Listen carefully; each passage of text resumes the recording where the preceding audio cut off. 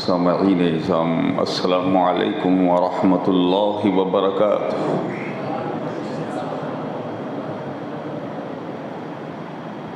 الحمد للہ الذی ابدع الافلاک والارضین، والصلاة والسلام علی رسولہ سیدنا محمد من کان نبیا وآدم بین الماء والطین،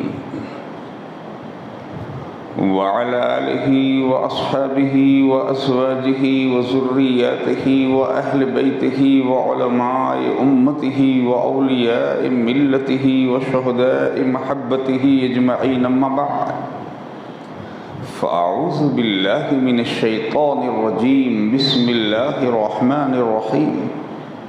ولا تحسبن الذین قتلوا فی سبیل اللہ امواتا بل احیاء عند ربهم يرزقون۔ آمنت باللہ، صدق اللہ المولانا العظیم، وصدق رسولہ النبی الکریم، ونحن على ذلك لمن الشاہدین والشاکرین والآمنین والمطمئنین والموقنین، والحمد للہ رب العالمین۔ بارک اللہ لنا ولکم فی القرآن العظیم، ونفعنا وإیاکم بالآیات والذکر الحکیم، انہ تعالی جواد کریم ملیک بر رؤوف الرحیم، برحمتک یا ارحم الراحمین۔ خطبہ مسنون کے بعد کلام ربانی کی جس آیت حقانی کی تلاوت کا شرف حاصل کیا ہے، آئیے اس کے تحت بارگاہ امام عرش مقام و شہداء کرب و بلا کی جناب میں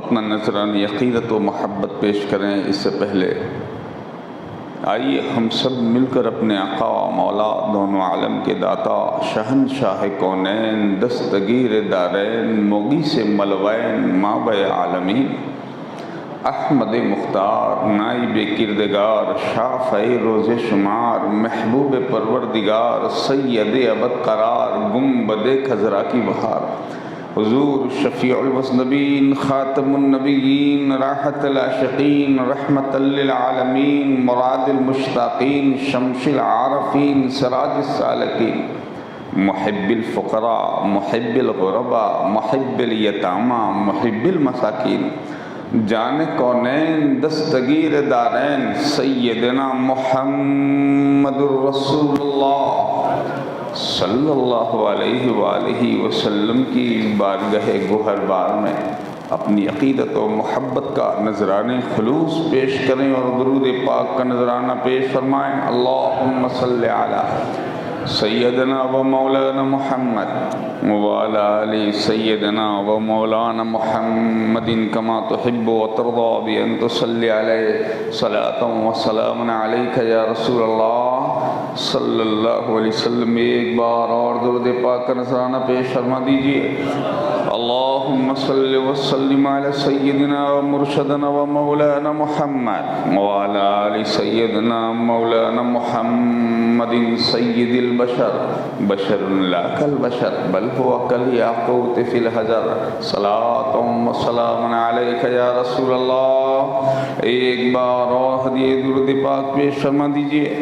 اللہم صلی وسلم علی سیدنا و مولانا محمد وعلی آل سیدنا و مولانا محمد نور الانوار والسر الاسرار والسید الابرار والتریاق الاغیار ومفتاح باب الیسار وعلی آلہ الاطہار واصحابہ الاخیار وبارک وسلم، صلاۃ و سلام علیک یا رسول اللہ صلی اللہ علیہ وآلہ وصحبہ وسلم۔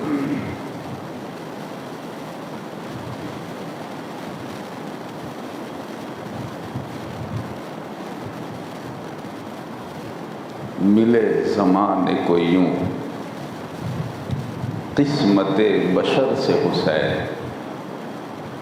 ملے زمانے کو یوں قسمت بشر سے حسین، خدا کے گھر سے علی اور علی کے گھر سے حسین، ملے زمانے کو یوں قسمت بشر سے حسین، خدا کے گھر سے علی اور علی کے گھر سے حسین، عرب کے دشت سے پہنچے ہیں قلب عالم تک، عرب کے دشت سے پہنچے ہیں قلب عالم تک، جدھر جدھر سے محمد ادھر ادھر سے حسین، جدھر جدھر سے محمد ادھر ادھر سے حسین، اور کسی سے کر نہیں سکتا وفا زمانے میں، کسی سے کر نہیں سکتا، کسی سے کر نہیں سکتا وفا زمانے میں، وہ اقتدار گرا دیں جسے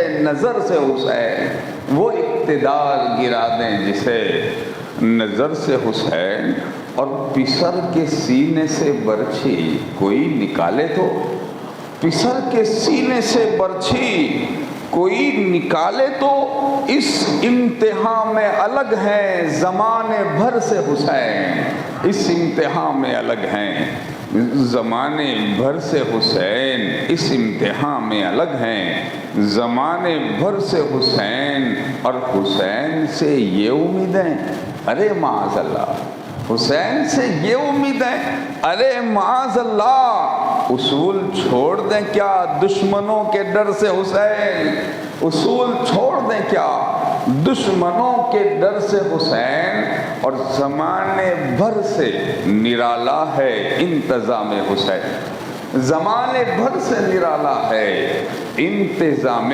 حسین، میرے رسول سے پوچھو ہے کیا مقام حسین، میرے رسول سے پوچھو ہے کیا مقام حسین، میرے رسول سے پوچھو ہے کیا مقام حسین، اور تمہارے لال نے اجمیر میں کہا حق ہے، تمہارے لال نے اجمیر میں کہا حق ہے کہ لا الہ کی بنیاد ہے امام حسین، کہ لا الہ کی بنیاد ہے، تمہارے لال نے اجمیر میں کہا حق ہے کہ لا الہ کی بنیاد ہے امام حسین،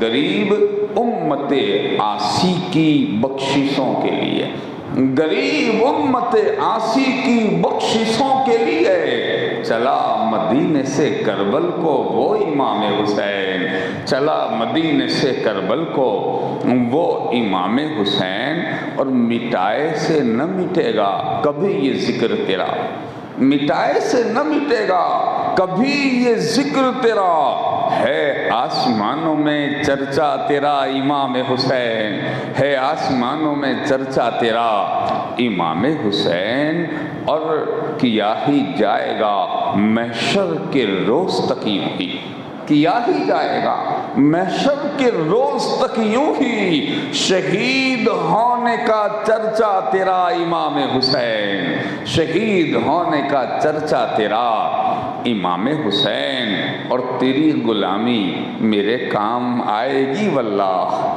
تیری غلامی میرے کام آئے گی واللہ، ہے تو امام میرا اور میں غلام حسین، ہے تو امام میرا اور میں غلام حسین، شاست حسین، بادشاہ است حسین، دین است حسین، دین پناہ است حسین، سردار نداد دست در دست یزید، حقا کے بنائے لا الہ است حسین، انسان کو بیدار تو ہو لینے دو، ہر قوم پکارے گی ہمارے ہیں حسین، کی محمد سے وفا تم نے تو ہم تیرے ہیں، یہ جہاں چیز ہے کیا لوح و قلم تیرے ہیں۔ ایک بار اور نبی علی نبی کی بارگاہ ناز میں درود پاک کا ہدیہ نیاز پیش فرما دیں۔ اللہم صلی وسلم علی سیدنا و مولانا محمد وعلی آل سیدنا و مولانا محمد عدد ما فی علم اللہ صلاة دائمة بدوام ملک اللہ وکما تحب وترضى بأن تصلی علیہ صلاۃ و سلام علیک یا رسول اللہ صلی اللہ علیہ وسلم۔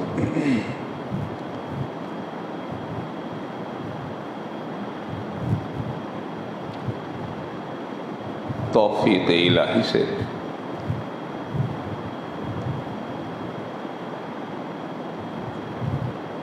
مجلس ذکر سید الشہداء امام حسین علیہ السلام ورضی اللہ تعالی عنہ میں آج ہماری یہ 9ویں حاضری ہے۔ اللہ رب العالمین امام عرش مقام کی اس مجلس مبارک کی برکتوں سے ہم کو، ہماری ساری آل و اولاد کو، ہماری قیامت تک کی نسلوں کو آپ کی غلامی میں قبول فرما لے۔ آپ کی عقیدت، آپ کی محبت، یہی ایک مومن کی شان ہے اور ایمان والے کی پہچان ہے۔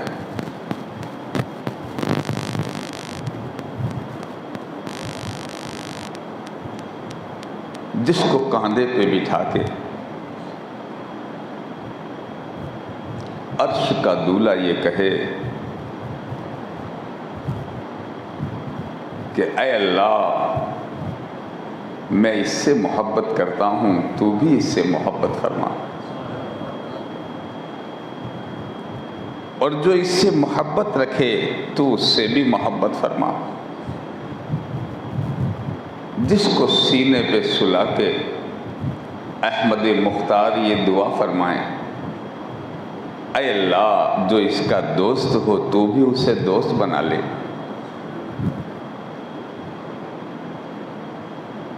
جس کے بارے میں حضور ختم مرتبت شہنشاہ کونین رؤوف الرحیم رسول کی زبان سے یہ کلمات نکلیں کہ اے اللہ جو اس کا دشمن وہ میرا دشمن، جو اس کا محب وہ میرا محب، اے رب ذوالجلال میرے حسین کے دوستوں کو اپنے دوستوں میں شامل فرما لے۔ ہمیں اس سلسلے میں صرف ایک ہی دعا کی حاجت ہے، اور وہ یہ ہے اللہ تعالی ہمیں حسین سے محبت کرنے کی سعادت بخش دے۔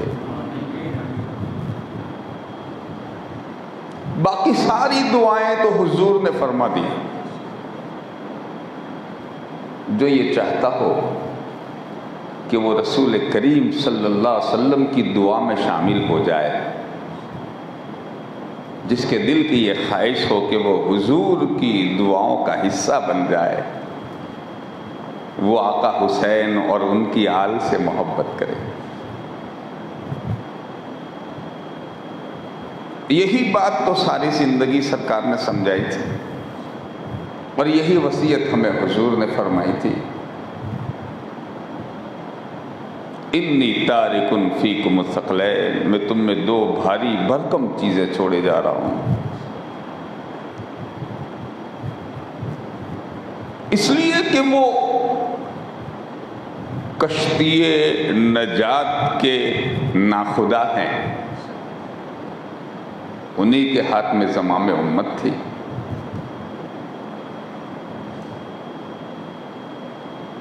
کربلا میں بھی، کربلا کے بعد بھی وہ یہی سمجھاتے رہے کہ اے لوگوں ہمارے بغیر ایمان نہیں۔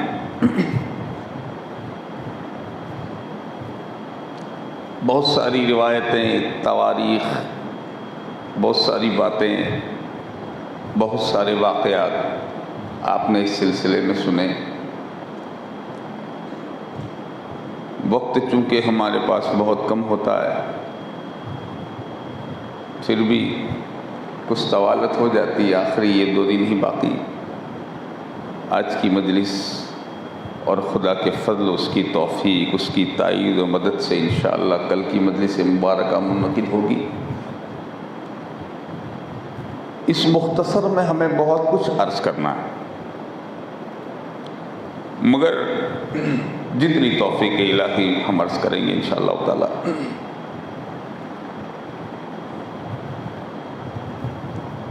کربلا معلی میں، میدان کربلا میں امام حسین علیہ السلام تشریف لائے، خیمے نصب کیے گئے۔ کل کی وہ گفتگو آپ نے سماعت فرما لی کہ امام عرش مقام پر جب لشکر یزید دوڑ آیا حملہ کرنے کے لیے، تو عاشورے کی مبارک شب سے پہلے بعد نماز عصر مغرب کے قریب انہوں نے ارشاد فرمایا، حضرت امام نے، کہ ہمیں اجازت دی جائے آج کی رات کی کہ ہم دل کھول کے عبادت کر لیں۔ آخری خواہش، کیا خواہش ہے ان کی؟ اگر ہم بھی حقیقی حسینی ہو جائیں تو ہماری مسجدوں کا ایک حصہ بھی خالی نہ رہے۔ یہی ہے دین کا کل اثاثہ، جس کے بارے میں حضور نے فرمایا، جعلت قرۃ عینی فی الصلاۃ، میری آنکھوں کی ٹھنڈک نماز میں بنائی گئی۔ حسینیت بھی یہی ہے، پیغام امام بھی یہی ہے۔ ابتدا رات سے ہوئی، عبادت سے، اور انتہا سجدے پہ ہوئی۔ اس راز کو اگر کوئی سمجھ لے تو اس سے بڑا سعادت مند اور کون ہو سکتا ہے؟ مہلت ملی، عبادت ہوئی، اور کسی میں کیا مہلت، کسی میں کیا ہمت تھی کہ وہ امام کو مہلت نہ دیتا۔ اس لیے کہ نوشتہ تقدیر یہی تھا کہ امام عرش مقام محرم الحرام کی 10ویں تاریخ کو جمعہ کے دن جام شہادت نوش کریں۔ کسی یزید یا کسی یزیدی میں یہ طاقت و قوت نہیں تھی کہ وہ انہیں وقت سے پہلے مار دے۔ انہیں بھی معلوم تھا کہ 10ویں محرم ہی کو ہمیں یہ نعمت ملے گی۔ لشکر آیا، چڑھ دوڑا، یہ بھی خدا کی تدبیر، خدا کی مصلحت، اللہ کی مشیت کہ وہ 9ویں ہی کو آ گئے، تاکہ یہ ایک اعلان اور لوگوں کے سامنے ظاہر ہو جائے اور امام پاک کی زندگی کی منشا کو لوگ پہچان لے اور جان لے کہ خاتون جنت کا شہزادہ علی مرتضیٰ کا بیٹا موت سے ڈر کے مہلت نہیں مانگتا ہے، خدا کی عبادت کے لیے مہلت مانگتا ہے۔ مہلت مانگی انہوں نے، مل گئی۔ صبح ہوئی، فجر کی اذان ہوئی، اذان فجر کے بعد تکبیر ہوئی۔ دونوں عالم کا امام جو اس وقت وہی تھے، امام الثقلین، امام الکونین، جو اس وقت صرف ایک ہی ذات تھی جس کا نام تھا امام حسین علیہ السلام رضی اللہ عنہ، مصلی امامت پہ کھڑے ہوئے، نماز ادا ہوئی۔ ابھی تو اوراد و وظائف و دعا میں مشغول تھے کہ یزیدیوں کی طرف سے نقار جنگ بج گیا۔ لشکر ترتیب دیے گئے، صفیں سیدھی کی گئی، سپاہی ایک دوسرے اپنے مقام پر کھڑے رہ گئے۔ سیدنا امام حسین علیہ السلام، آپ نے بھی اپنے چھوٹے سے لشکر کو ترتیب دیا، روایت میں آتا ہے، تعداد بھی دیکھیے تو حیرت ہوتی،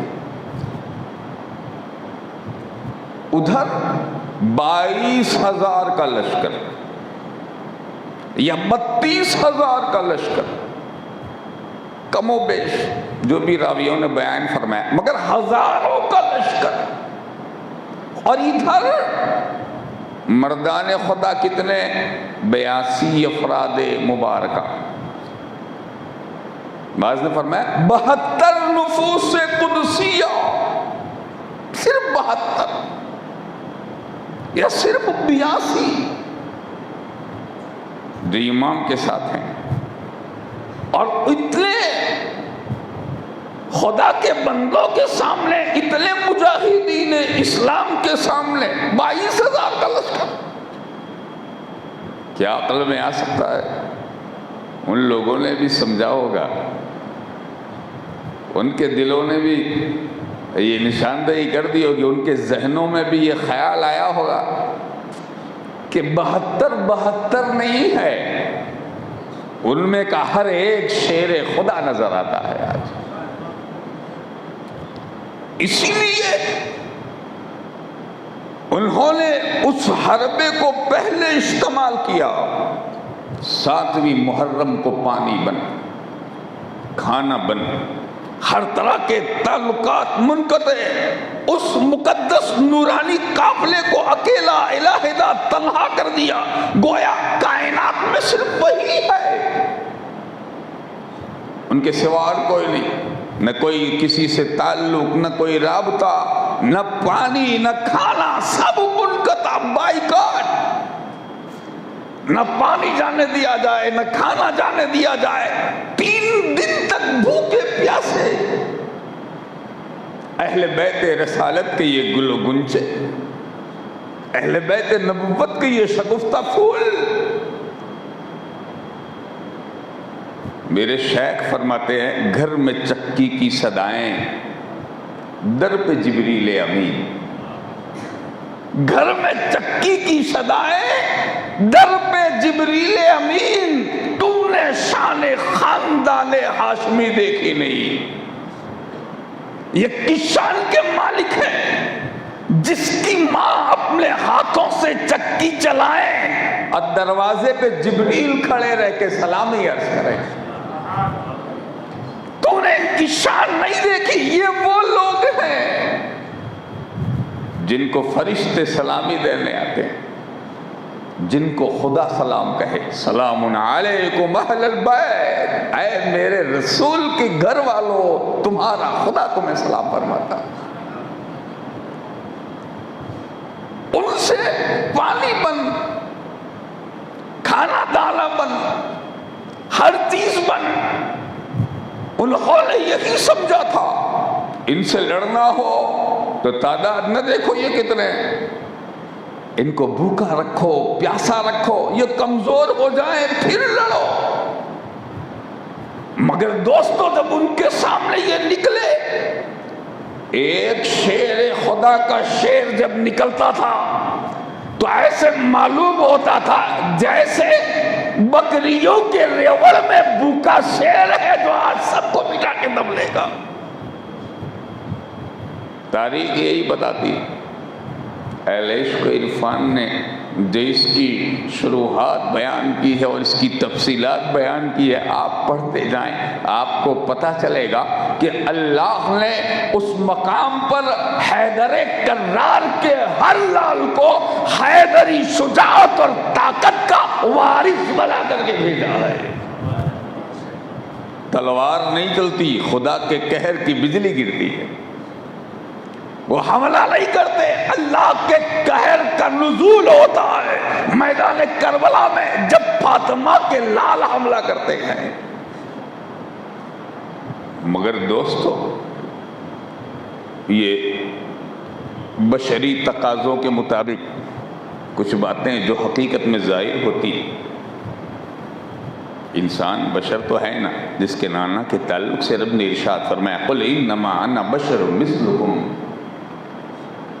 پھر امتیازی شان بیان فرمائی یوحا الی انما الہکم الہ واحد، ہم بھی تمہاری طرح بشر ہیں مگر اپنی طرح نہ سمجھنا، ہم وہ ہیں یوحا الی، ہم پر خدا کی وحی نازل ہوتی، تم سننے والے ہو ہم سنانے والے، تمہاری طرح نہیں۔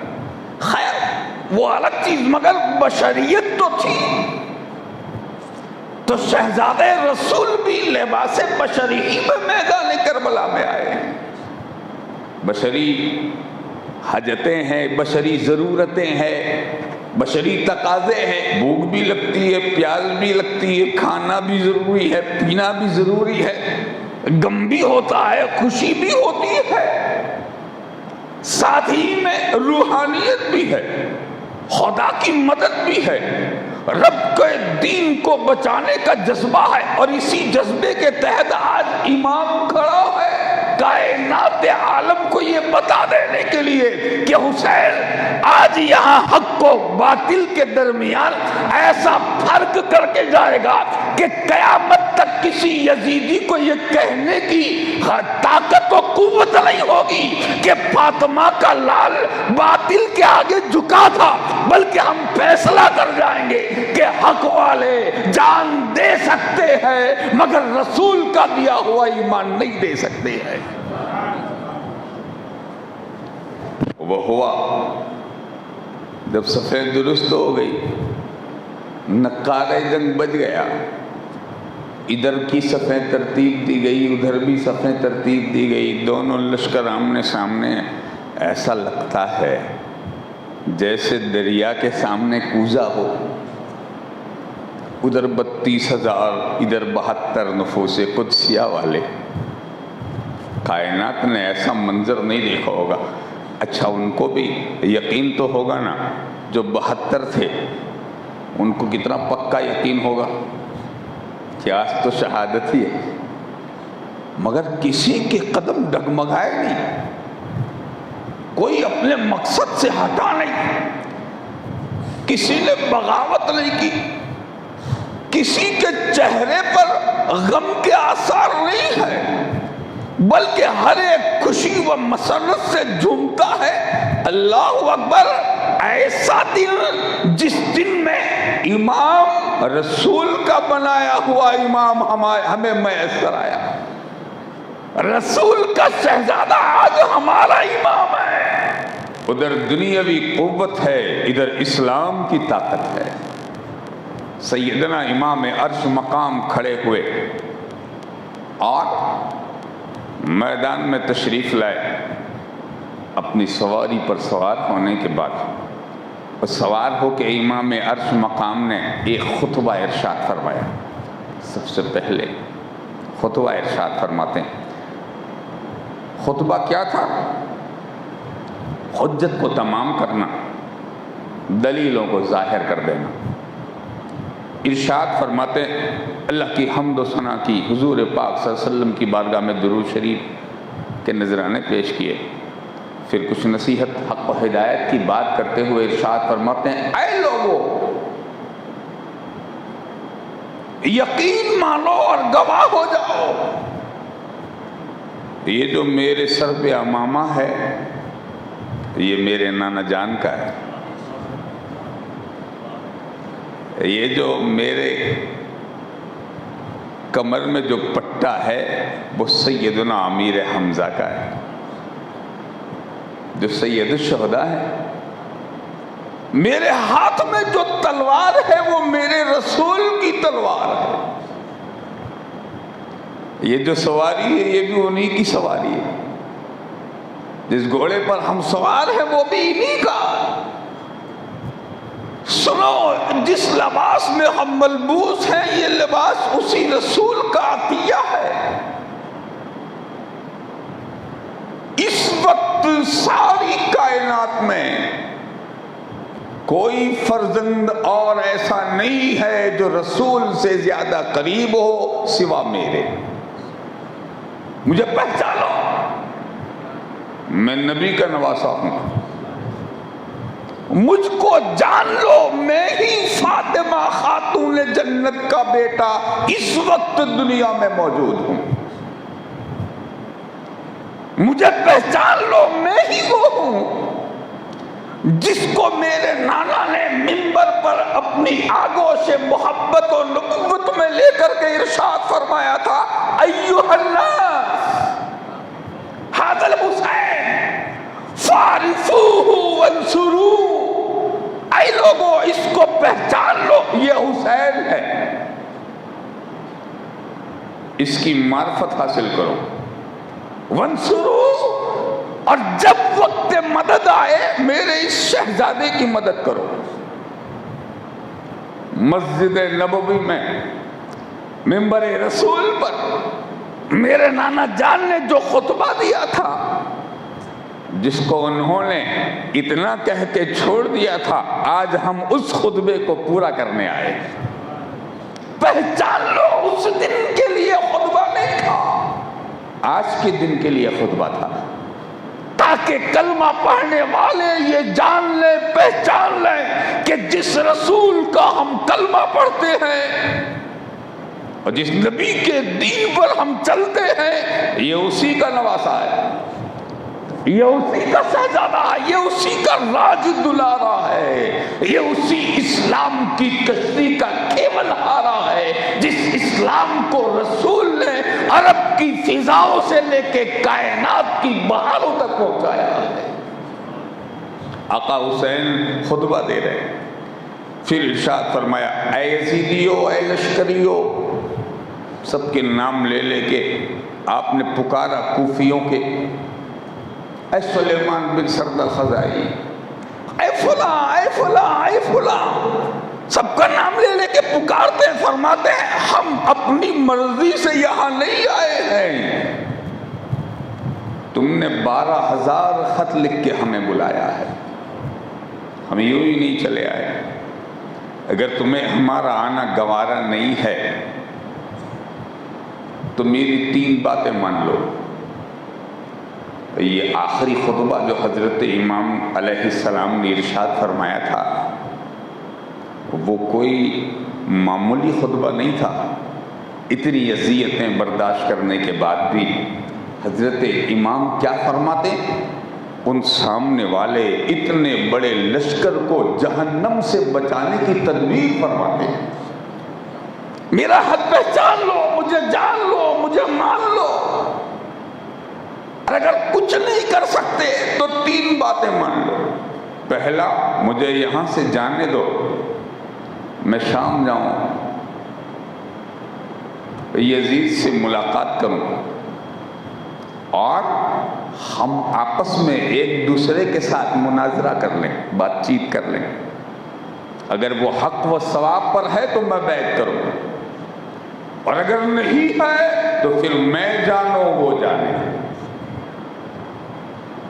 اگر ایسا نہیں ہے تو دوسری بات یہ ہے، یزیدیوں نے جواب دیا اب تمہیں جانے نہیں دیں گے۔ آپ نے دوسری بات ارشاد فرمائی، اگر تم یہ نہیں چاہتے کہ میں وہاں جاؤں تو پھر مجھے میرے نانا کے مدینے چلا جانے دو، تاکہ میں وہاں جاؤں، میرے رسول کے روضے کی مجاوری کر کے اپنی زندگی کو انہی کے قدموں میں ختم کر دوں۔ انہوں نے کہا حسین اب تم ہماری پکڑ میں ہو، ہم تمہیں وہاں بھی نہیں جانے دیں گے۔ حضرت امام عرش مقام نے آگے ارشاد فرمایا، اے لوگوں، اگر تم وہاں بھی نہیں جانے دیتے، تم مشاورت بھی نہیں کرنے دو گے، تو پھر تم میرے حق کو پہچان لو۔ اور آخری بات ارشاد فرمائی، وہ بھی انہیں معلوم تھی، مگر صاحب روضۃ الشہداء لکھتے ہیں کہ امام نے ارشاد فرمایا تو پھر میری جماعت کو پانی دے دو، اس لیے کہ جس پانی کو ساری کائنات کے انسان پی سکتے ہیں، اس کو تم نے میری جماعت اور میرے اہل بیت کے لیے ممنوع کر دیا ہے۔ ہم اس کے حقدار ہیں کہ ہمیں پانی ملے۔ انہوں نے کہا اے حسین، اب یا تو بیعت کریں یا پھر جنگ کے لیے تیار ہو جائیں۔ سیدنا امام عرش مقام نے ارشاد فرمایا، میری حجت تمام ہوئی تاکہ کل قیامت کے دن کوئی یہ نہ کہہ سکے کہ ہم نے حسین کو پہچانا نہیں. کوئی یہ نہ کہہ سکے کہ ہم جانتے نہیں تھے. سیدنا امام عرش مقام نے جب حجت کو تمام کر دیا، کوئی دلیل اب تمہارے پاس نہیں ہے. ادھر ایمان ہے، ادھر کفر ہے. ادھر ہدایت ہے، ادھر گمراہی ہے.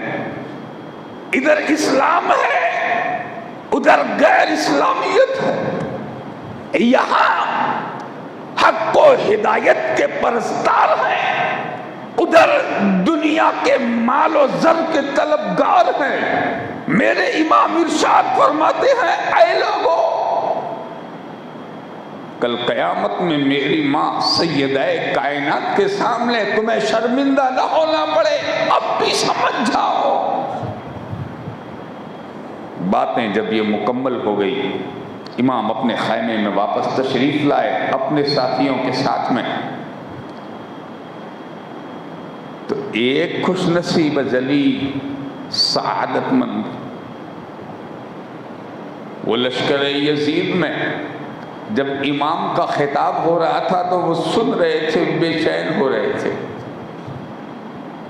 اپنے گھوڑے کو ایڑ لگائی اور اپنے گھوڑے کو لے کر کے لشکر یزید میں سے نکلے اور اپنے کمانڈر عمرو بن سعد کے پاس وہ پہنچے اور کہنے لگے، خدا تیرا بھلا کرے، یہ جو باتیں امام حسین نے کہی ہے کیا وہ صحیح نہیں ہے؟ کیا وہ رسول کے نواسے نہیں ہے؟ کیا وہ فاطمہ کے جگر پارے نہیں ہے؟ کیا وہ شیر خدا علی مرتضی مشکل کشا مولا علی کے فرزند نور نظر نہیں ہے؟ اس نے کہا ہاں یقیناً ہے. کہا کیا انہوں نے جو باتیں کہی ہے وہ تجھے منظور نہیں ہے؟ کیا تو ان سے جنگ کرے گا؟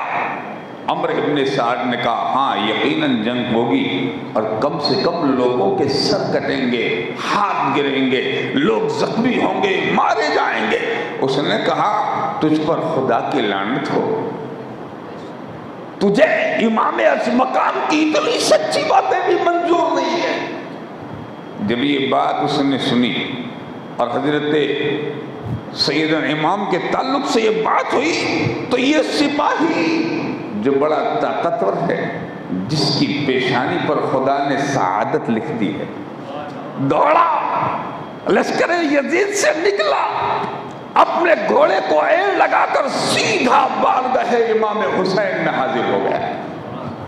عرض کرتے آقا حسین مجھے پہچانو، میں ہی مقام ثعلبہ سے آپ کو حراست میں لے کر کے یہاں تک پہنچاؤں، میں آپ کا مجرم ہوں. میرے حضور اب مجھے معاف فرما دیں، میں توبہ کرنے آیا ہوں، مجھے قبول فرما لیں.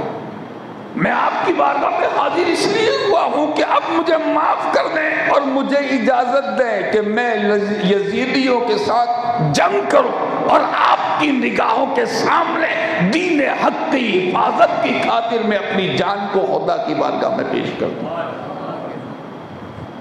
سیدنا امام عرش مقام نے ان کا خیر مقدم کیا. نام کیا ہے؟ پوچھا کیا نام ہے؟ فرمایا میرا نام حر بن یزید ریاحی ہے. حضرت حر رضی اللہ تعالیٰ لشکر یزید سے نکل کے امام کی بارگاہ میں آئے. تاریخ میں آتا ہے ان سے حضرت امام نے ارشاد فرمایا، اے حر تم ابھی میرے لشکر میں آئے ہو، ابھی شامل ہوئے ہو، ہم نے تمہیں قبول فرما لیا، قبول کر لیا، تھوڑی دیر اترو، ہمارے ساتھ رہو. کہا حضور میں نے عہد کر لیا ہے کہ اب تو گھوڑے سے تبھی اتروں گا جب میری روح میرے جسم سے نکل جائے گی. حضرت امام حسین علیہ السلام نے ان کو محبت کے ساتھ رخصت کیا، دعائیں دی، اور اس کے بعد میں آپ میدان کربلا میں لشکر یزید کے سامنے تشریف لے آئے. جانتے ہیں یہ حر کون ہے؟ مورخین لکھتے ہیں 1000 سپاہیوں کی طاقت کا مالک ہے حضرت حر رضی اللہ تعالیٰ. اتنا بڑا ہیبتناک، اتنا بڑا قوی، طاقتور، جب دشمن کے لشکر سے نکل کر مولا حسین کے لشکر میں شامل ہوا اور جب تشریف لے گئے دشمنوں کے سامنے، تو دشمنوں کو پسینہ چھوٹ گیا۔ عمرو بن سعد نے پکارا اور پکار کر کے انہی کے خاندان کے کسی قریبی کو بلایا جو بڑا طاقتور تھا، صفوان بن حنظلہ بلایا اور کہا جا اور ہر کو سمجھا کہ وہاں سے واپس آ جا، اے ہر ہم تجھے دولت دیں گے، جائیداد دیں گے، جاگیر دیں گے، مال ملکیت دیں گے، وہاں سے چھوڑ کے واپس پلٹا۔ سمجھا، اگر نہ سمجھے تو دھوکہ دے کے قتل کر دے۔ صفوان بن حنظلہ جب آتا ہے حضرت حر کو سمجھانے کے لیے، جانتے ہو یہ جو آیت پڑھی جاتی ہے نا، وَلَا تَقُولُ لِمَن يُقْتَلُ فِي سَبِيلِ اللَّهِ أَمْوَاتٌ بَلْ أَحْيَاءٌ وَلَٰكِن لَّا تَشْعُرُونَ، خدا کی راہ میں مارے جانے والوں کو مردہ نہ کہو بلکہ وہ زندہ ہے۔ کربلا کے میدان میں یہ جو دو لشکر ہیں نا سامنے ترتیب دیے ہوئے، ایک ادھر ہے ایک ادھر ہے، ایک 22,000 ہے، ایک 72 نفوس قدسیہ والے، ایک 32,000، جو بھی ہو ان کی تعداد کے مطابق۔ تو یہ جو تھے، آپ کیسے فیصلہ کریں گے کہ سبیل اللہ والے کون ہے اور سبیل الطاغوت والے کون ہے؟ کیسے معلوم ہوگا کہ یہ سبیل اللہ والا ہے، خدا کا راستہ؟ سبیل اللہ، اللہ کی راہ میں مارے جانے والے، تو یہ سبیل اللہ والے کون تھے؟ ہم کیسے پتہ لگائیں؟ ایک دلیل یہ بھی سامنے خدا نے ظاہر فرما دی، ایک دلیل یہ بھی ظاہر ہوئی، اور وہ دلیل کیا ظاہر ہوئی؟ سبیل اللہ اس وقت وہاں کون نظر آ رہا ہے؟ ہمارا ایمان و ایقان کہتا ہے کہ 22,000 کے سامنے 72 نفوس قدسیہ کی جو باغ ڈور تھامے ہوئے ہیں، اس حسین کو آج خدا نے سبیل اللہ بنا دیا ہے۔ جو اس کے قدموں میں مٹ جائے وہ سبیل اللہ میں مٹ جانے والا ہے، جو اس کے نام پہ مر جائے وہ سبیل اللہ پہ مر جانے والا ہے، اور جو حسین کی رضا میں شہید ہو جائے وہ سبیل اللہ میں شہید ہونے والا ہے۔ آج میرا حسین سبیل اللہ بنا ہوا ہے، اللہ کا راستہ۔ حضرت حر کے سامنے جب صفوان بن حنظلہ آیا اور وہ سمجھانے لگا، اے حر وہاں کیا ملے گا؟ غریب الوطن، مسافر، نہ گھر ہے نہ در، جو خیمے لگائے ہوئے، تنابے گاڑے ہوئے، رسیوں سے اپنے خیمے گاڑ کر کے جو رہتے ہیں، نہ پانی ہے نہ دانا ہے نہ کھانا ہے نہ دولت ہے، کوئی شے نہیں ہے، غریب الوطن ہے، بھوکے ہیں، مسافر ہیں، نہتے ہیں، تنہا ہے، بے سر و سامان ہے، کوئی آسرا نہیں ہے، نہ ملکیت ہے نہ جاگیر ہے، وہاں کیا ملے گا؟ ادھر آ جا، حکومت ملے گی، دولت ملے گی، شاہی تمطراق ملے گا، بادشاہی انعامات ملیں گے، جوڑے ملیں گے، بہت ساری نعمتیں ملیں گی۔ انہوں نے جب یہ باتیں سنی، اس خبیث ازلی کی جب ہزلیات کو سنا، تو آپ نے ارشاد فرمایا، نادان تو مجھے یہ سمجھانے آیا ہے کہ وہاں دنیا ملے گی؟ تیری نظر میں دنیا کی اوقات ہے اور میری نظر میں آل رسول کی محبت سمائی ہوئی ہے، میری نظر میں حسین کی محبت سمائی ہوئی ہے۔ سن، میں دیکھ رہا ہوں، خدا نے یہ بصیرت والی نظر اس وقت مجھے عطا فرما دی ہے، اللہ نے یہ نگاہ مجھے دے دی ہے، اور میری نظروں میں اس وقت یہ راز کھل گیا ہے کہ میں ایسے ایسے دو راہے پہ کھڑا ہوں. تاریخ میں یہ آج بھی لکھا ہوا ہے. حضرت حر کی یہ بات آپ نے فرمایا میں ایسے دو راستوں پر کھڑا ہوں کہ ایک راستہ جنت کی طرف جا رہا ہے, ایک راستہ جہنم کی طرف جا رہا ہے. ایک راستہ حق والے کا راستہ ہے, دوسرا راستہ باطل والے کا راستہ ہے. اور جو راستہ حق والے کا ہے اس راستے کا نام امام حسین ہے, اور جو راستہ باطل والے کا ہے اس کا نام یزید ہے. میں نے فیصلہ کر لیا ہے کہ مار دیا جاؤں, قتل کر دیے جاؤں, ٹکڑے ٹکڑے کر دیا جاؤں, مگر میں جہنم میں جانا پسند نہیں کروں گا, میں جنت ہی کو قبول کروں گا. حضرت حر نے فیصلہ کر دیا کہ بھوکا پیاسا سمجھ کے نہ سمجھنا کہ یہ باطل والے, یہی تو حق و ہدایت والے, یہی تو حق و ہدایت والے. انہوں نے یہ فیصلہ کر دیا اور تاریخ کو یہ بتا دیا کہ سنو, جو آیت تم پڑھتے ہو لا تقولوا لمن یقتل فی سبیل اللہ اموات, اسی سبیل اللہ کا مقدس اور پاکیزہ نام امام حسین ابن علی ابن ابو طالب ہے. میرا حسین سبیل اللہ ہے. میرا حسین اس وقت خدا کا راستہ بنا ہوا ہے. جس نے اسے قبول کیا اس نے حق کو قبول کیا, جس نے اس کو اپنا لیا اس نے دین رسول کو اپنا لیا. جو اس سے الگ ہو گیا وہ خدا کے دین سے الگ ہو گیا. جس کے دل میں حسین کی محبت ہے وہ رسول سے محبت کرنے والا ہے, اور جس نے حسین سے بغاوت کی ہے وہ اللہ اور اس کے رسول کا باغی بنا دیا گیا ہے. میدان کربلا ایک ترازو ہے. روایتیں واقعات آپ بہت سنتے ہیں, میں کچھ خاص باتیں بتانا چاہتا ہوں. شہادت کی باتیں بھی آپ نے بہت بار سنی, کچھ انشاءاللہ حصول برکت کے لیے 2-3 باتیں عرض کروں گا اس سلسلے کی. مگر ایک خاص جو پیمانہ جس کو ہم ترازو کہتے, یہ ترازو ہے کہ حق والا کون ہے, باطل والا کون ہے.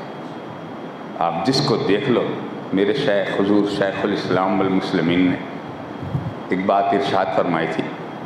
حضور پاک صلی اللہ علیہ وسلم کی حدیث ارشاد فرمایا الحسن والحسین ہما سیدہ شباب اہل الجنہ. یہ جو حسن حسین ہے نا, یہ جنتی نوجوانوں کے سردار ہیں. یہ کسی اور نے نہیں کہا, وہ رسول جس کو خدا ارشاد فرمائے وَمَا يَنْتِقُ عَنِ الْهَوَىٰ إِنْ هُوَ إِلَّا وَحْيٌ يُوحَىٰ. میرا رسول اپنی مرضی سے کچھ نہیں کہتے, یہ جو بھی کہتے ہیں یہ خدا کی وحی سے کہتے ہیں, وحی الہی سے کہتے ہیں. نبی اپنی مرضی سے کہہ دے یہ ہو ہی نہیں سکتا. ارے جس کا بیٹا بغداد میں منصب غوثیت پہ فائز ہو تو وہ یہ کہے عبد القادر تب تک نہیں کھاتا جب تک خدا نہیں کھلاتا ہے. جس کو اعلیٰ حضرت کہے قسمیں دے دے کہ کھلاتا ہے پلاتا ہے تجھے تیرا اللہ, تیرا چاہنے والا تیرا. جب بیٹا بغداد میں مسند قطبیت پر بیٹھے تو یہ مقام, تو اس کا جد اعلیٰ, نبیوں کا امام, رسولوں کا رسول, پیغمبروں کا پیغمبر, جب وہ بولے گا تو اپنی مرضی سے نہیں, اپنی مرضی سے نہیں, وہ بولتے ہیں اور خدا مہر لگا رہا ہے ما ينطق عن الهوى ان هو الا وحی یوحیٰ. اے نبی تم اپنی مرضی سے نہیں بولتے, ہم بلواتے ہیں تم بولتے ہو.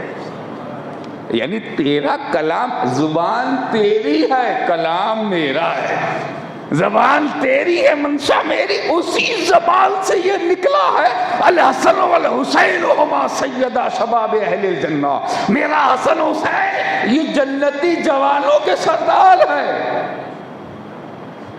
جب جنتی جوانوں کے سردار ہیں تو میرے شیخ حضور شیخ الاسلام فرماتے اس دنیا میں جنت کب ملے گی، دوزخ کب ملے گی؟ وہ تو برزخ والی بات ہے نا، جب آنکھیں بند ہوگی تو آنکھیں کھل جائے گی. آنکھ تو تبھی کھلے گی نا، ابھی تو سب سوئے ہوئے، آنکھ تب کھلے گی. اور جب آنکھ کھلے گی تو پھر کوئی مہلت نہیں، پھر کوئی مہلت نہیں. آج لے ان کی پناہ، آج مدد مانگ ان سے، پھر نہ مانیں گے قیامت میں اگر مان گیا. آج ہی کا وقت ہے، آج ہی، الیوم، آج ہی کا دن ہے. تو میرے شاید فرماتے یہ تو جنتی جوانوں کے سردار ہے. اور تم جاننا چاہتے ہو جنتی کون ہے؟ تم جاننا چاہتے ہو؟ رسول نے تو سند دے دیے. جنتی کون ہے یہ تم جاننا چاہتے ہو؟ دیکھ لو، جو اپنے آپ کو حسین کا غلام کہے سمجھ لو وہ جنتی ہے اس دنیا میں. سند تو رسول نے دی ہے نا. آسمان پھٹ سکتا ہے، زمین کا کلیجہ چیر سکتا ہے، ادھر سے سورج نکل سکتا ہے، نبی کا بول پلٹ نہیں سکتا ہے. میرے رسول نے ارشاد فرمایا ہما سیدہ شباب اہل الجنہ، یہ جنتیوں کا تاجدار ہے. معمولی نہ سمجھنا، 72 نفوس قدسیہ کی جو رکھوالی اور امامت کر رہا ہے اس کو کمزور نہ سمجھو. 22,000 تھے مگر حق پر نہیں تھے. اذانیں تو ادھر بھی ہوتی تھی، نمازیں وہاں بھی ہوتی تھی، تلاوت وہ بھی کرتے تھے، خدا کو وہ بھی مانتے تھے، رسول کا کلمہ وہ بھی پڑھتے تھے، مگر ادھر والے بھی تو تھے، وہ بھی نمازی ہیں، وہ بھی روزدار ہیں، وہ بھی حاجی ہیں، وہ بھی نمازی ہیں، وہ بھی تلاوت کرنے والے ہیں. مگر وہاں فیصلہ ہو گیا ہر اذان اور نماز والا مسلمان نہیں ہوتا، ہر اذان اور نماز والا مومن نہیں ہوتا. اگر تجھے یہ یقیناً جان لینا ہے کہ جنت میں کون جائے گا تو دیکھ لے جو حسین کی مجلس والا ہے وہی جنت میں جائے گا. جو ذکر حسین والا ہے، جو غلامی حسین والا ہے، جو امامت حسین کا ماننے والا ہے، جو حسین کا خطبہ پڑھے انشاءاللہ قیامت کے بعد جنت میں اس کی غلامی کا خطبہ جنت میں پڑھا جائے گا. نکلو اے حسینیو، آج تمہارے لیے جنت کو سجائی گئی. حضرت حر نے یہ فیصلہ کیا کہ جدھر میرا مولا حسین ہے وہ راستہ جنت والا ہے، اور جدھر یہ 22,000 کے خبیث کھڑے ہیں وہ جہنم والا راستہ ہے. اچھا وہ بھی کتنے سمجھدار تھے، کتنے ہوش مند تھے، مگر اچھا وہ زمانے رسول سے قریب کے لوگ بھی تھے، خیر القرون کے قریب والے تھے، تو ہم سے زیادہ اچھا دل، اچھے خیال، اچھی نیتیں رکھنے والے تھے. ان کی نیتیں، ان کے خیالات اس زمانے میں ہم سے تو اچھے ہی ہوں گے. وہ 1400 سال پہلے کی باتیں، رسول کے زمانے کے قریب والے، تو ان کی نظر میں کسی کی نماز روزہ نہیں آیا. انہوں نے نہیں دیکھا کہ وہاں بھی تکبیر اذانیں ہوتی، بس وہ ایک ہی بات کو سمجھتے تھے، ایمان کی کسوٹی صرف محبت رسول اور آل رسول ہے، صرف کلمے سے نہیں چلے گا، تلاوت سے نہیں چلے گا. خیر تو وہ نکل پڑے. حضرت حر نے عمرو ابن سعد سے جو کمانڈر تھا اس کو پکار کے کہا کہ اب تجھ میں طاقت ہے تم میرے مقابلے کے لیے آ، اگر نہیں تو اپنے کسی پہلوان کو بھیج. بات یہاں سے رکی تھی کہ صفوان بن حنظلہ سمجھانے کے لیے آیا ہے. اے حر یہاں کیا ملے گا؟ آپ فرماتے ہیں جس جنت کے لیے لوگ اتنے بے چین ہوتے ہیں وہ جنت تو میں حسین کے قدموں میں دیکھتا ہوں. اس نے سمجھا کہ اب یہ مانیں گے نہیں، نیزہ چلایا، آپ نے اس کے نیزے کو اپنے نیزے سے خالی کر دیا اور پھر اس جہنمی کی پشت میں ایسا نیزہ مارا کہ اسے فی نار جہنم کر دیا ایک ہی وار میں۔ اور جب وہ فی نار جہنم ہوا تو لشکر یزید میں کھلبلی مچ گئی، پہلوان کو پچھاڑنے والا حضرت حر، آپ پکارتے رہے ہے کوئی جو آنے والا؟ راوی کہتے ہیں اس کا بھائی آیا، اس کو بھی آپ نے فی نار جہنم کر دیا، پھر اس کے بیٹے 3 آئے، تینوں کو فی نار جہنم کر دیا، اور اس کے بعد عمرو ابن سعد نے کہا اس کو تیروں سے زخمی کر دو۔ چاروں طرف سے تیر برسائے گئے۔ حضرت سیدنا حر بن یزید ریاحی رضی اللہ تعالی عنہ تیر کھاتے رہے، حق کی گواہی دیتے رہے، اعلان کلمت الحق کو بلند کرتے رہے، کہتے رہے سنو میں عیش کو چھوڑ کے غم والوں کے ساتھ آیا ہوں، راحت کو چھوڑ کے تکلیف والوں کے ساتھ آیا ہوں، میں آرام کو چھوڑ کر مصیبت والوں کے ساتھ آیا ہوں، اے یزیدیو تمہارے تیر کھا رہا ہوں مگر ان کے ساتھ ہوں، تمہاری اذیتیں برداشت کر رہا ہوں مگر ان کے ساتھ ہوں، ساری راحتوں کو ترک کر کے میں ادھر سے ادھر آیا ہوں مگر حسین کے ساتھ ہوں۔ یہ میرا استقامت پر ڈٹے رہنا یہ بتا رہا ہے کہ تم اتنے عیش میں رہ کر کے بھی باطل پر ہو، اور میرا حسین اتنی تکلیف میں رہ کر کے بھی حق کا علم بردار نظر آتا ہے۔ امام عرش مقام کا یہ مجاہد کئی تیروں سے زخمی ہو کر کے آپ پلٹ پڑے امام حسین کی بارگاہ میں۔ جب حسین علیہ السلام کی بارگاہ میں تشریف لے گئے، مولا حسین سے بات چیت کی، سرکار نے دیکھا میرا شیر زخمی ہو کے آیا ہے۔ آقا حسین علیہ السلام نے قریب بلایا، عرض کرتے ہیں حضور کیا آپ مجھ سے راضی ہو گئے؟ کیا آپ نے مجھے معاف کر دیا؟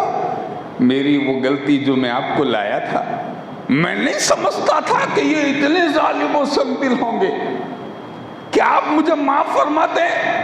ارشاد فرمایا تیری ماں نے تیرا نام حر رکھا ہے، اور حر کا مطلب ہوتا آزاد، میں نے تجھے جہنم سے آزاد کر دیا۔ یہ کون کر سکتا ہے؟ جو مالک ہوگا وہی تو کرے گا۔ خدا نے میرے مولا ہم سب کے آقا حسین کو وہاں مجبور نہیں بھیجا تھا، وہاں اختیار دے دیا ہے۔ آج حسین جس کو جنت کا پروانہ دے گا وہ جنتی بنے گا، اور جہاں سے رخ پھیر لے گا اسے خدا جہنم میں بھیج دے گا۔ سیدنا حر واپس پلٹے، اور واپس پلٹنے کے بعد پھر لشکر یزید میں آئے، ایک کوہرام مچا ہوا ہے، یہ تاسدم شیر پھر میدان کارزار میں مبارز طلب کرتے مگر کسی میں آنے کی جرت نہیں ہوئی، آخر خود ہی آپ لشکر یزید میں گھس گئے۔ جو یزیدی سامنے آیا فی نار جہنم کرتے رہے، مارتے رہے، کاٹتے رہے، اور وہ دین کے دشمن اپنی جانوں کو بچانے کے لیے پیچھے پلٹتے ہیں، اور یہ حسینی شیر اپنی جان کا نذرانہ دینے کے لیے دشمنوں کو کاٹتے ہوئے چلا جاتا ہے۔ روایت میں آتا ہے بہت سو کو فی نار جہنم کر دیا، اور اس کے بعد میں آخر حضرت حر کو چاروں طرف سے تیر مار کر کے جب زخمی کر دیا گیا، سینہ چھلنی ہو گیا، آپ گھوڑے کی زین سے زمین پر تشریف لانے لگے تو آپ پکارتے ہیں یا حسین ادرکنی، یا حسین ادرکنی، اے آقا حسین مجھے تھامیے، مجھے آسرا دیجیے۔ مولا حسین اپنے ساتھیوں کو لے کے تشریف لائے، اور جب تشریف لائے تو دیکھا زخمی پڑے ہوئے ہیں، کچھ جان کی رمق باقی ہے، قریب تشریف لائے، نیچے بیٹھ گئے۔ مولا حسین نے اپنی آغوش میں حضرت حر کے مبارک سر کو رکھا، اور رکھنے کے بعد سر سے گرد و غبار کو صاف کرنے لگے۔ اتنے میں حضرت حر نے اس مشکبو خوشبو کو جب محسوس کیا، آنکھیں کھول دی۔ آنکھ کھولی، امام عرش مقام کو وہ کہتے ہیں حضور کیا آپ راضی ہو گئے؟ کیا آپ راضی ہو گئے؟ مولا حسین فرماتے اے حر میں بھی راضی ہوں، میرا خدا بھی تجھ سے راضی ہے، رب بھی راضی ہے، اللہ کا رسول بھی تجھ سے راضی ہے، میں تجھے جنت کی بشارت دیتا ہوں۔ عرض کرتے ہیں سرکار میں وہاں جاتا ہوں جہاں آپ کے جد کریم جلوہ افروز ہے، کوئی پیغام ہو تو کہیے گا اے حر کہہ دینا آپ کا حسین بھی ان قریب آپ کی ملاقات کے لیے آنے والا۔ چہرہ حسین کی زیارت کی، آنکھوں سے آنسو جاری ہے، مسکراتے ہوئے اپنی جان کو مولا کی راہ میں قربان کر دیا۔ انا للہ و انا الیہ راجعون۔ اس کے بعد حضرت حر کے دوسرے بھائی حضرت مصعب بن یزید، انہوں نے جب اپنے بھائی کو دیکھا کہ وہ آزاد ہو گئے جہنم سے، وہ جیت گئے اس دنیا کی زندگی کو، تو وہ بھی دوڑتے ہوئے آئے، اور آنے کے بعد میں حضرت امام کی بارگاہ میں عرض کرنے لگے سرکار میرے بھائی نے آپ کی بارگاہ میں حاضر ہو کر قربانی پیش کر دی، میں بھی لشکر یزید سے نکل کے اپنے بھائی کی پیروی میں آپ کا غلام بن رہا، قبول فرمائے۔ آقا حسین نے انہیں بھی قبول فرمایا۔ حضرت مصعب بن یزید ریاحی وہ بھی میدان میں تشریف لے گئے، کئی یزیدیوں کو فی نار جہنم کرتے رہے، اور آخر میں شربت شہادت کو انہوں نے بھی نوش فرما کر اپنی جان کو راہ مولا میں قربان فرما دیا۔ یہ منظر جب دیکھا تو حضرت حر کے بیٹے حضرت علی بن حر بن یزید ریاحی دوڑے ہوئے آئے حضرت امام کی بارگاہ میں، آقا میرے والد اور میرے چچا تو جنت میں جاؤ اور میں رہ جاؤں، مجھے بھی پروانہ دے دے، اس لیے کہ ہم دیکھتے ہیں آج جو تیرے خیمے سے جائے گا وہ یقیناً خدا کا مہمان بن کے جائے گا۔ حضرت علی بن حر بن یزید ریاحی اجازت مانگی، سرکار نے پیشانی کو بوسہ دیا، خوش نصیب باپ کے سعادت مند بیٹے تجھے بشارت ہو، تیرا باپ بھی جنتی تو بھی جنتی ہے، تیرا چچا مصعب بھی جنتی ہے۔ اجازت دی، وہ بھی میدان کارزار میں تشریف لے گئے، اور ہزاروں یزیدیوں کو، کئی یزیدیوں کو فی نار جہنم کر کے وہ بھی خدا کی راہ میں داعی اجل کو لبیک کہتے ہوئے، حق کی شہادت دیتے ہوئے، حسین کا ساتھی بن کر کے وہ بھی ہمیشہ کے لیے خدا کی بارگاہ میں حاضر ہو گئے۔ انا للہ و انا الیہ راجعون۔ اس کے بعد میں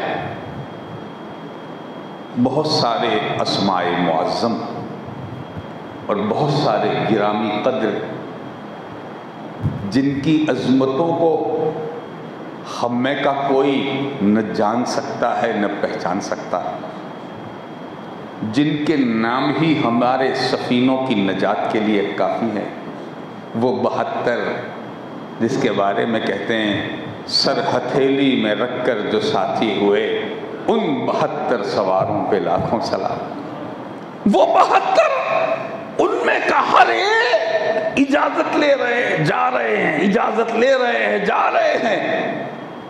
میرے شیخ فرماتے ہیں کہ جو بھی گیا واپس نہیں آیا، دشمن ہے نا، دشمن ازلی، اشقیاء کی جماعت، دنیا کے طلبگار، آخرت میں اللہ اور اس کے رسول کے غدار، عذاب جہنم کے سزاوار، اگرچہ بظاہر کلمہ پڑھنے والے مگر حقیقت میں اللہ اور رسول کے دشمن، جن کی نگاہوں میں صرف دنیا اور اس کی حکومت ہے، ان کے سامنے جو بھی جا رہا ہے سب رائے خدا میں شہید ہو رہے ہیں، سب شہید۔ حضرت سیدنا مسلم بن عقیل رضی اللہ تعالیٰ جن کا ذکر آپ نے سنا کل، ان کے شہزادوں کی شہادت کا ذکر آپ نے کل سنا، ان کے دوسرے بیٹے بھی امام پاک کے ساتھ میں تھے، انہوں نے بھی اجازت مانگی، ہمیں بھی اجازت دی جائے۔ سرکار اجازت نہیں دیتے تھے، مگر بضد ہو کر کے انہوں نے اجازت لیا، میدان میں تشریف لے گئے، شہادت ان کو بھی حاصل ہوئی۔ حضرت مسلم بن عقیل کے دوسرے بھائی جو حضرت عقیل کی اولاد میں سے تھے، وہ بھی میدان میں گئے اجازت لے کر کے، وہ بھی شہید ہوئے۔ حضرت مولا کائنات کی اولاد میں سے دوسرے فرزندان علی، وہ بھی جا رہے ہیں، شہادت حاصل ہوئی۔ ایک کے بعد ایک سب جا رہے ہیں۔ اچھا، جو بھی جاتے ہیں وہ واپس نہیں آتے۔ بڑی توجہ کی بات ہے یہ کہ جو بھی گیا واپس نہیں آیا، اور ہر جانے والا ادھر ایک شہید ہوئے، ادھر دوسرے گھوڑے پہ سوار ہے، حضور مجھے اجازت دی جائے۔ آپ ذرا جذبہ تو دیکھیں، کس منزل پر وہ کھڑے تھے خدا ہی جانے۔ اللہ تعالیٰ نے ان کو وہ کون سی نظریں عطا فرمائی تھی کہ وہ کیا منظر دیکھتے تھے۔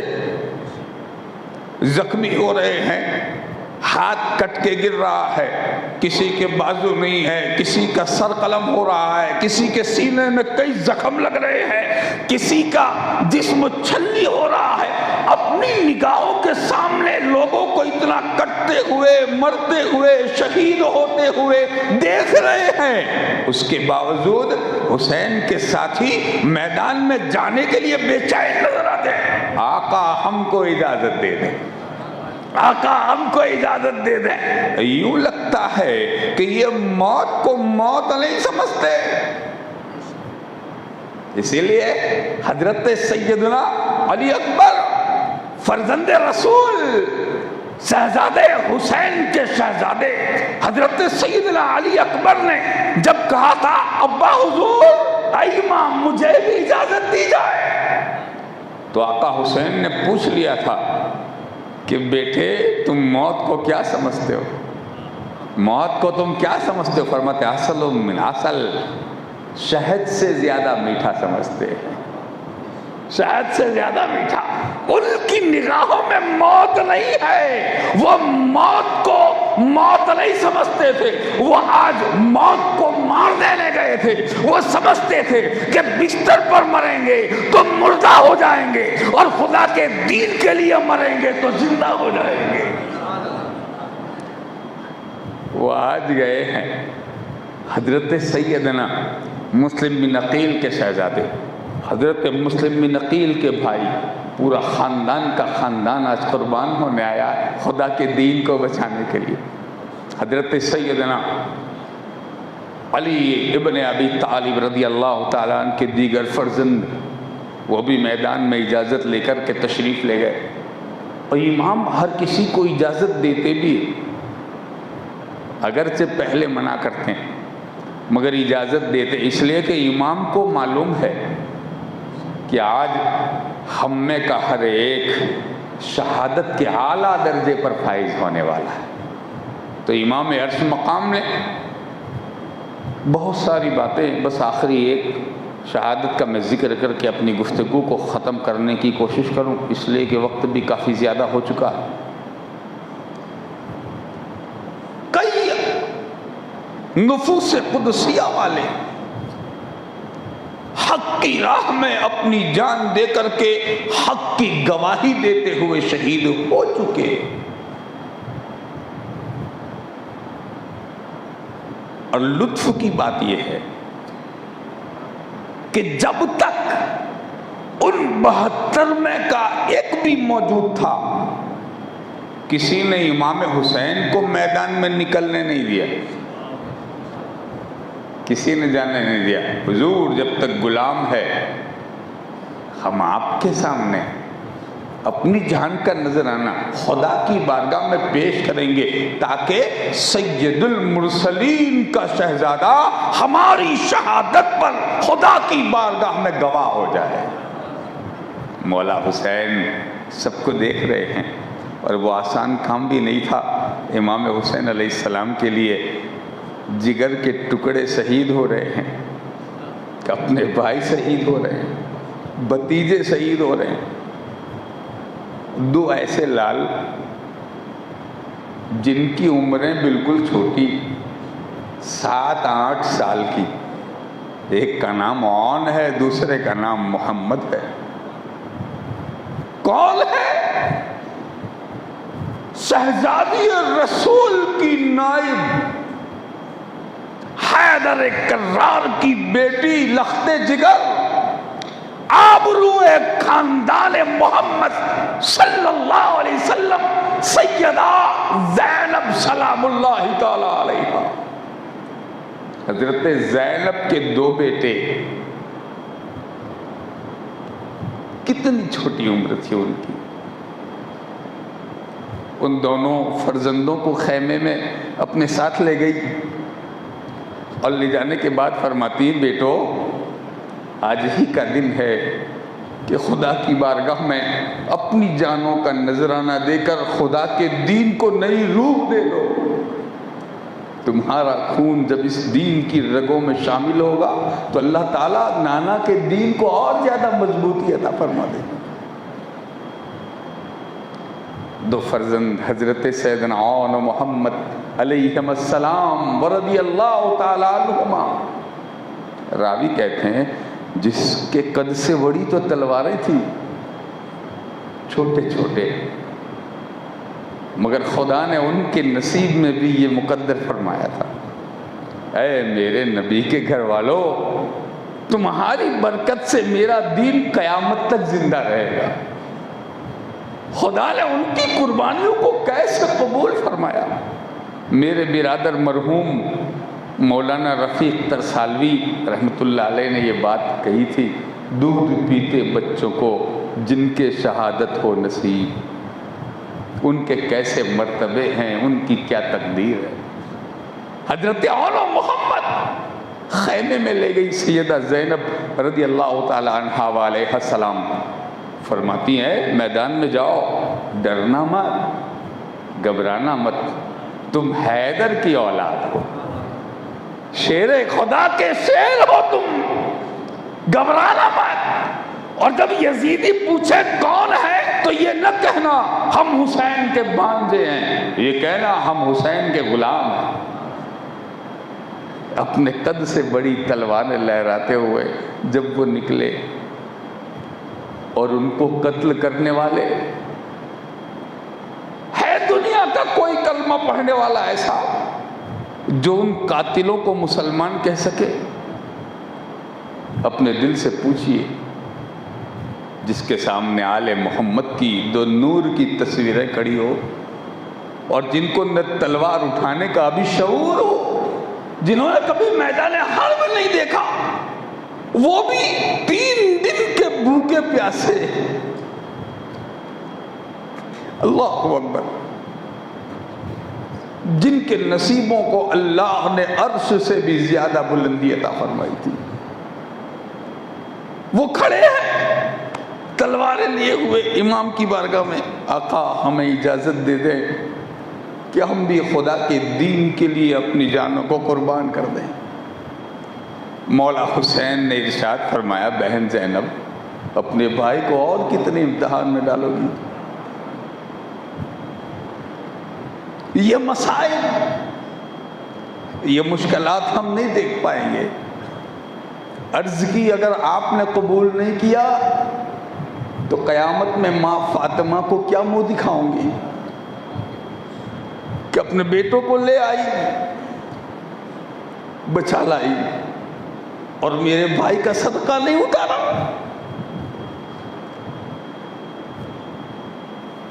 میرے بھائی کی شہادت سے پہلے تو نے اپنے بیٹوں کو قربان کر دیا ہوتا، میں اپنی ماں کو کیا جواب دوں؟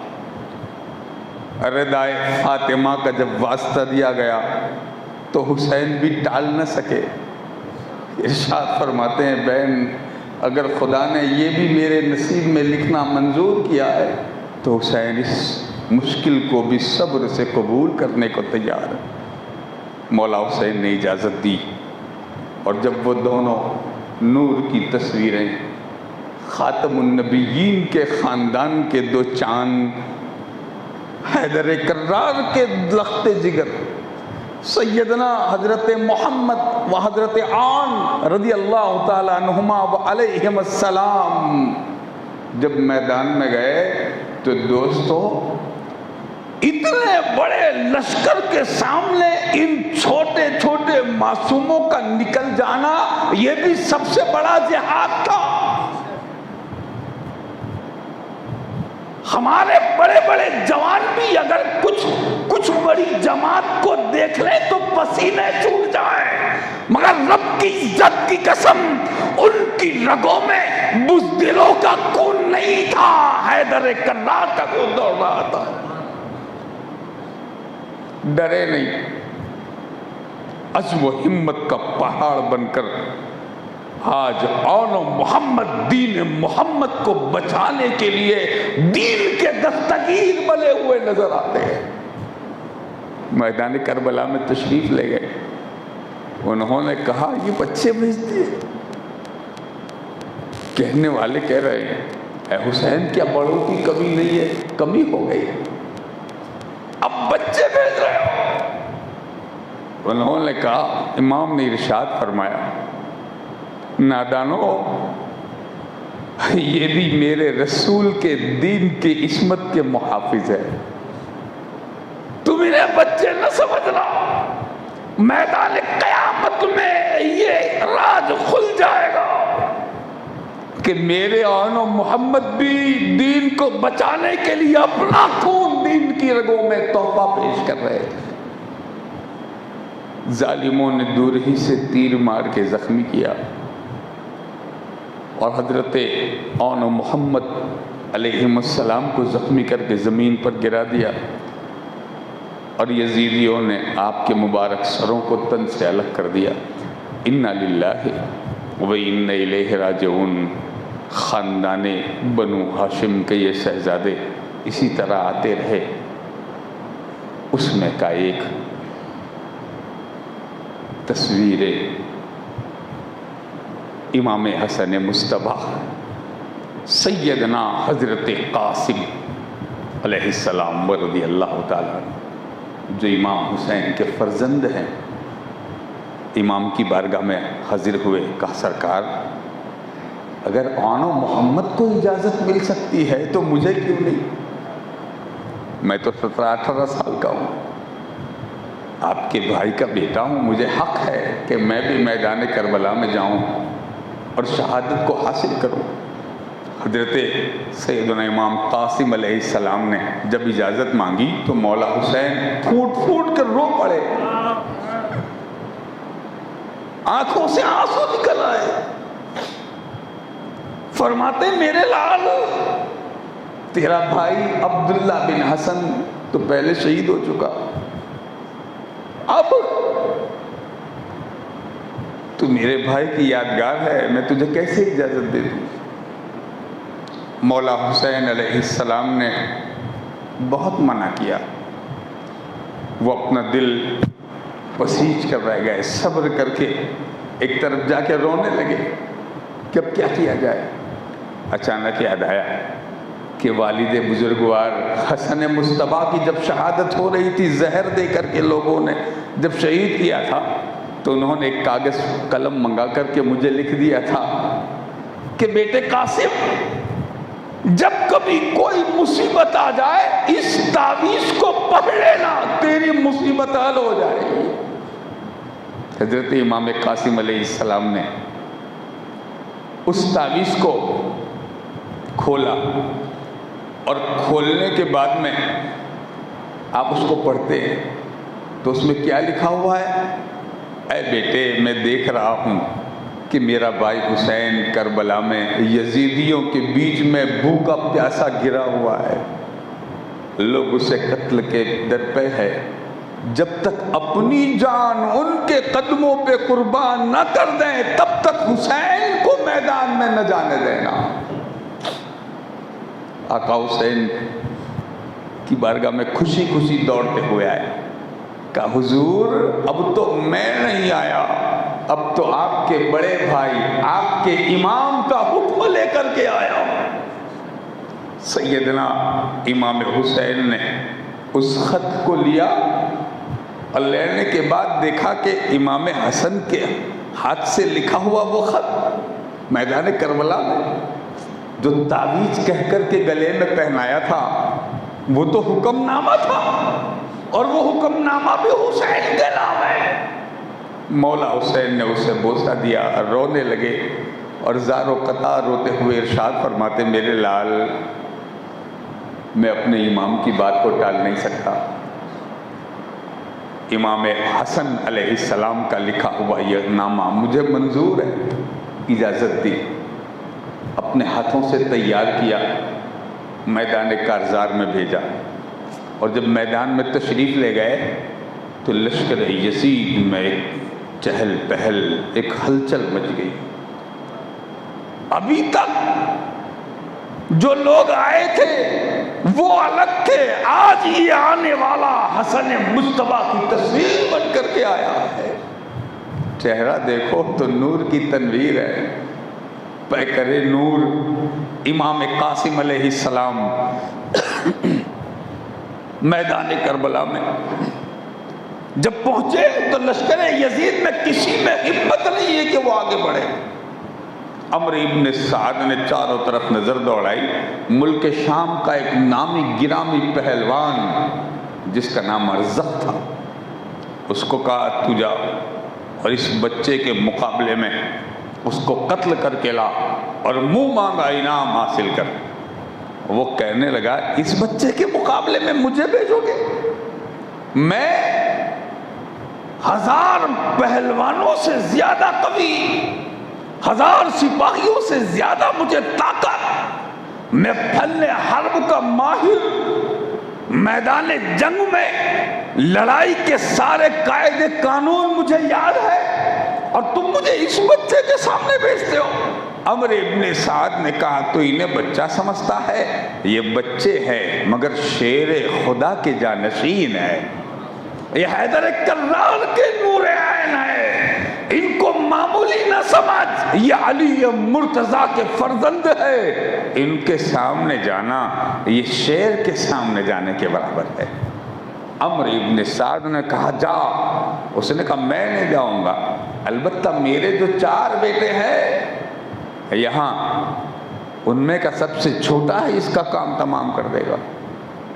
راوی کہتے ہیں کہ جب وہ آیا، آتے ہی اس نے حملہ کیا، آپ نے اس کے وار کو روکا اور ایک ایسی تلوار چلائی کہ فینارے جہنم کر دیا۔ پھر اس کی اس حالت کی موت کو دیکھ کے دوسرے بھائی سے نہ رہا گیا، وہ بھی آیا۔ جب وہ آیا تو اس کو بھی آپ نے فینارے جہنم کر دیا۔ تیسرا آیا، اور جب تیسرا آیا تو وہ گالیاں بولتے ہوئے، حفوات بکتے ہوئے، ہزلیات کہتے ہوئے وہ آ رہا ہے، اور منہ سے جھاگ نکل رہی ہے اپنے بھائیوں کا انتقام لینے کے لیے۔ بڑا طاقتور، بڑا قوی الجثہ، بڑا ڈیل ڈول والا، جب وہ سامنے آ کر کے بک رہا ہے، گالیاں بول رہا ہے، تو مولا قاسم اس کی ان گالیوں کو سن کے مسکرا رہے، کوئی جواب نہیں دیتے، بس اتنا فرما رہے ہیں کہ نادان اتنی جلدی ہے اپنے بھائیوں کے پاس جانے کی، ان قریب تجھے بھی پہنچا دیا جائے گا، تجھے بھی پہنچایا جائے گا۔ وہ بک رہا ہے، گالیاں بول رہا ہے۔ اس مقام پر میں ہر جگہ یہ بات کہتا ہوں اور ضرور کہتا ہوں، میدان کربلا میں وہ گالیاں بول رہا تھا حضرت سیدنا امام قاسم علیہ السلام کو، کس کو؟ رسول کے شہزادے، وہ گالیاں دیتا تھا، اور حضرت امام قاسم گالی نہیں بولے، مسکرائے اور مسکرا کے جواب دیا۔ مجھے ایک واقعہ یہاں یاد آتا ہے، جس زمانے میں ہمارے پیر و مرشد حضور سیدنا مولانا سید ابو المحامد سرکار سیدنا مختار اشرف حضور سرکار کلاں رضی اللہ تعالیٰ عنہ موجود تھے۔ جنہوں نے چہرہ دیکھا ہوگا وہ جانتے ہوں گے، غوث کی شکل جس کو ملی تھی وہ سرکار کلاں کی تصویر تھی۔ حضور سرکار کلام رضی اللہ تعالیٰ چہرہ دیکھنے والے کہتے تھے یہی نقشہ ہے، یہی رنگ ہے، ساما ہے، یہی یہ جو صورت ہے تیری صورت جانا ہے وہی. وہ تصویریں غوث جیلانی حضرت سیدنا سرکار کلام رضی اللہ تعالیٰ. ایک آدمی آپ کے پاس آیا اور آنے کے بعد اس نے کہا حضور فلاں مولوی صاحب آپ کو گالیاں دیتے. حضور سرکار کلام رضی اللہ تعالیٰ اس کی بات سن کے مسکرانے لگے، ہنسنے لگے. پھر اس نے کہا حضور وہ آپ کے بارے میں بہت برے کلمات کہتا ہے. سرکار نے ارشاد فرمایا اللہ اس کو ہدایت عطا فرمائے، اللہ اس کو ہدایت دے. اس نے کہا پھر وہ کچھ زیادہ وہ کچھ کہلوانا چاہتا تھا کہ آپ بھی کچھ کہیے اس کے بارے میں. اس نے کہا حضور وہ گالیاں بولتا ہے. آپ نے فرمایا اللہ اس کے ایمان کی حفاظت فرمائے، اللہ اس کی حفاظت فرمائے. پھر اس سے جب نہیں رہا گیا، غالباً ہمارے اسی علاقے کا یہ واقعہ ہے اور وہ صاحب بھی ہے شاید اس وقت موجود بھی. حضور سرکار کلام رضی اللہ تعالیٰ عنہ سے اس نے کہا حضور وہ گالیاں بولتا ہے آپ دعائیں دیتے. تو ہمارے پیر و مرشد حضور سرکار کلام نے ارشاد فرمایا بیٹے یہ راز تم نہیں سمجھو گے، یہ راز تم نہیں سمجھو گے. کہا حضور کیا بات ہے؟ کہا سن وہ گالیاں بولتا تھا ہم دعائیں دیتے ہیں. وجہ یہ ہے کہ جس کے گھر میں گالیاں سکھائی جاتی ہے وہ گالیاں بولتا ہے، اور جس کے خاندان میں دعائیں سکھائی جاتی ہے وہ دعائیں دیتا ہے. ہم رسول کے گھر والے ہیں، گالیوں والے نہیں ہیں. ہم نبی کے گھر والے ہیں، نبی کے گھر والے گالی نہیں دیتے، دعائیں دیتے. میرا رسول طائف میں پتھر کھا کے دعائیں دے رہا ہے، کانٹے بچھانے والوں کو ہدایت کی دعائیں دے رہا ہے، گالیاں دینے والوں کو ہدایت کی تلقین کر رہا ہے. میں اس رسول کا بیٹا ہوں جو پتھر کھا کر کے بھی ہدایت کی دعا دیتا ہے. تو ہم بھی گالیاں کھا کے ہلاکت کی دعا نہیں کریں گے، ان کی ہدایت کی دعا کریں گے. مولا قاسم نے بھی گالیاں سنی، مسکرائے. فرماتے ہیں گھبراؤ نہیں، ان قریب تمہارے بھائی کے پاس تمہیں بھی پہنچا دیا جائے گا. اور پھر جب اس نے حملہ کیا آپ نے روکا اور ایسا نیزہ مارا کہ اس کے سینے سے پار ہو گیا. راوی فرماتے ہیں چوتھا بیٹا آیا، وہ بھی اسی عالم میں. تیسرے کی تلوار آپ نے لے لی. چوتھا بیٹا آیا تو اس کے گھوڑے پہ آپ سوار ہو گئے. اور اس کے بعد امام حسین علیہ السلام کی بارگاہ میں آپ تشریف لے گئے. مختصر یہ کہ وہاں عرض کرتے ہیں یا عما ہوا لتش، اے چچا جان پیاس. اس عالم میں بے کسی بے بسی، محتاجی نہیں تھی، مجبوری بھی نہیں تھی. یہ جو صبر ہے وہ اختیاری صبر تھا، صبر اختیاری. ایک ہوتا جبری، ایک ہوتا اختیاری. یہ اختیار والا صبر کیا ہوتا ہے؟ بلا پہ راضی ہو جانا، خدا کی بھیجی ہوئی مشکل پر راضی ہو جانا، خدا کی بھیجی ہوئی مصیبت پہ خوش ہو جانا. اے اللہ تیری مرضی ہے نا تو ہم تیری مرضی پہ راضی ہیں، تیری رضا پہ راضی. اور جب تیری رضا پہ راضی، یہی تو صبر و رضا والے ہیں. مولا حسین خوش ہیں خدا کے اس امتحان پر. یہ بھی ضروری تھا کہ بیٹے پانی مانگتے اور مولا حسین کہتے صبر کرو. یہ بھی ضروری تھا. اس کا جواب ہو گیا میرے محلہ میں مل چکا، میرے محلہ میں ان کے بیٹے ہیں، بیٹوں کے بیٹوں کے بیٹوں کے بیٹے ہیں. 700 سال کے بعد دیا، 700 سال بعد والا اتنا پاور والا ہے. جب رسول کی گود کا کھیلا ہوا ہو، جو حیدر کا وارث ہو، جو شیر خدا کا جانشین ہو، میرا ایمان کہتا ہے کوثر وہی نکلتا جہاں حسین اپنے ایڑی لگا دے. یہ حقیقت ہے. وہاں پانی کی محتاجی نہیں تھی، خدا کی رضا پر راضی تھے. فرمایا بیٹے پانی مانگتے ہیں، خلیفہ خلیفہ اپنی مبارک انگوٹھی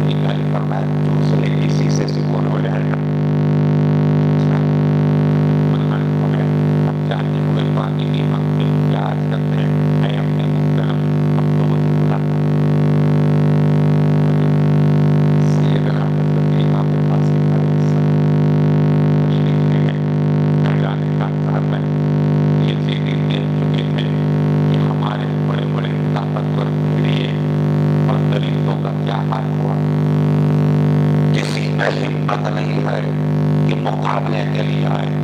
آپ پکارے حلم مبارک حلم مبارک ہے کوئی تو مقابلے کے لیے آئے. مگر کیا کسی میں تبدہ جو لڑکاری کے شہر سے کسی رحم بدلی سب اپنی جانیں بچانے کے لیے پیچھے جا رہے تھے. اور یہ علی کا شعر ہے جو لشکر میں مساومہ کر رہا.